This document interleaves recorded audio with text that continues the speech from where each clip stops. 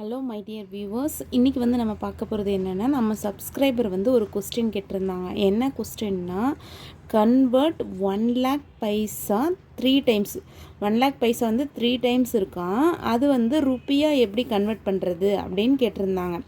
அது தெரியறதுக்கு முன்னாடி நம்ம என்ன தெரிஞ்சுக்கணுன்னா, ருப்பின்னா என்னென்னு தெரிஞ்சுக்கணும். 1 ருப்பியில் எவ்வளோ இருக்குன்னா 100 பைசா இருக்குது. பைசாக்கும் ருப்பிக்கும் என்ன டிஃப்ரென்ஸுன்னு நான் வீடியோ போட்டிருக்கிறேன், உங்களுக்கு வேணும்னா பாருங்கள். இப்போ 100 பைசா சேர்ந்தால் தான் நம்மளுக்கு என்னது 1 ருப்பி. இப்போது அவங்க என்ன 100 பைசா ஈக்குவல் டு 1 ருப்பி. 100 எப்படி எழுதலாம்? 1 பைசு 1 × 100 நம்ம மல்டிப்ளை பண்ணாலும் 1 × 100 என்னது 100 தான் வரும். அதனால் இப்படி மல்டிப்ளை பண்ணி ஈக்குவல் டு 1ன்னு போடுறோம். இப்போ 1 பைசா நம்மளுக்கு தேவைப்படுது. 1 பைசா ஈக்குவல் டு மல்டிப்ளிகேஷனாக இருக்கிறது இந்த சைடு போகும்போது என்ன ஆகும்னா டிவிஷன் ஆகும். இப்போ எதுக்காக நான் இது சொல்கிறேன்னா, கன்வெர்ட் பைசா இன்ட்டு ருப்பி. இப்போ பைசாலேருந்து ருப்பியாக நீங்கள் சேஞ்ச் பண்ணுங்கள் அப்படின்னு கொஷின் கேட்டாங்களான்னு நீங்கள் என்ன பண்ணணும்? 100ஆல் டிவைட் பண்ணணும். அதுக்கு தான் நான் சொல்கிறேன். நெக்ஸ்ட்டு வந்து ருப்பி. 1 ருப்பி ஈக்குவல் டு 100 பைஸ். இந்த சைடு இதுவே மாற்றி இப்படி எழுதுங்க. இப்போ என்ன சொல்கிறாங்க? கன்வெர்ட் ருப்பி இன்ட்டு பைசா. இப்போ ருப்பியில் கொடுத்துட்டு பைசாவாக சேஞ்ச் பண்ணுங்கள் அப்படின்னு சொன்னாங்கன்னா என்ன செய்யுங்க?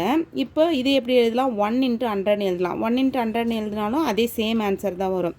அப்போ 1 × 100. அப்போ என்ன செய்கிறாங்கன்னா 1 ருப்பி பைசாவாக கன்வெர்ட் பண்ணுங்கன்னா நீங்கள் என்ன செய்யணும்?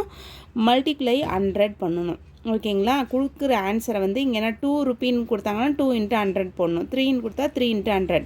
அப்போது பைசா டு ருப்பி அதை கன்வெர்ட் பண்ண சொன்னால் என்ன செய்யணும்? டிவைடட் பை 100 போடணும். அதே வந்து ருப்பிலேருந்து பைசா கேட்டாங்கன்னா மல்டிப்ளை 100 போடணும்.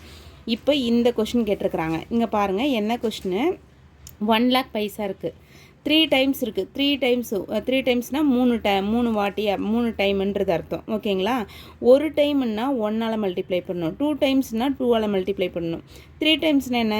3ஆல் மல்டிப்ளை பண்ணணும். அப்போ 3ஆல் மல்டிப்ளை பண்ணும்போது அது எவ்வளோ பைசா ஆகுது? 3,00,000 பைஸ் ஆகுது. அப்போ அதை வந்து ருப்பியாக நம்ம எப்படி கன்வெர்ட் பண்ணுறது? 3,00,000 பைஸ். நான் என்ன சொன்னேன்? ருப்பியாக கன்வெர்ட் பண்ணால் என்ன செய்யணும்? 1 / 100. 100ஆல் டிவைட் பண்ணணும். அப்போ 100ஆல் டிவைட் பண்ணும்போது இன்ட்டு 1 / 100. 100ஆல் பண்ணும்போது என்னாகும்? 0 0 கேன்சல் ஆகிடும். ரிமைனிங் ஆன்சர் வந்து என்ன இருக்குது? 3,000 ருப்பீஸ் இருக்குது. இது பண்ணுறது பதிலாக நீங்கள் என்ன செய்யலாம்?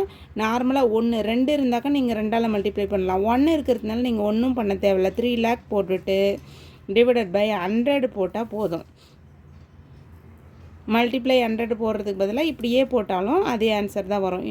ஆன்சர் 2 ஒரு 0க்கு ஒரு 0 கேன்சல் ஆகிடும். இன்னொரு 0